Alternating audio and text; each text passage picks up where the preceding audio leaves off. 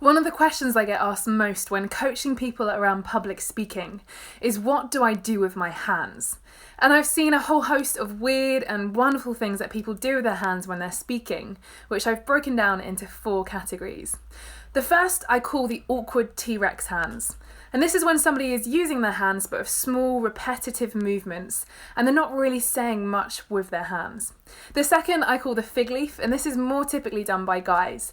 It's, as the name suggests, where somebody is holding their hands over the crotch like they're waiting for a penalty to be taken in a football game. The third is the dictator. This is when, as an audience, you feel like you're being told off by the person speaking as they furiously point or pummel one hand into the other. And lastly, you have the frozen man or woman, and this is where somebody stands with their hands pinned furiously to their sides, like they can't move their hands at all. And it's worth noting that I rarely coach people who use their hands too much.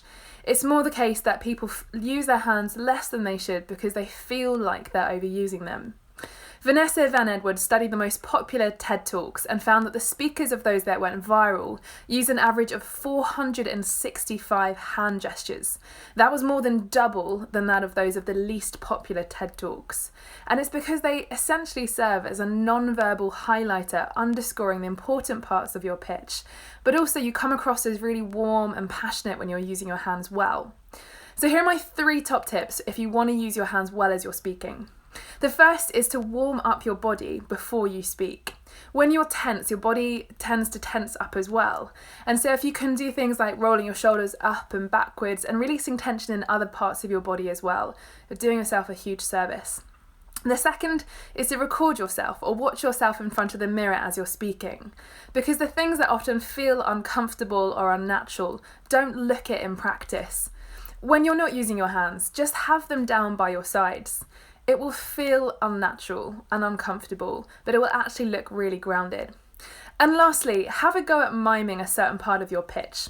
So imagine that you're having to communicate something to your audience without saying anything out loud. For example, if the line was, your market size is growing by 15% every year, the mimed version of that might be,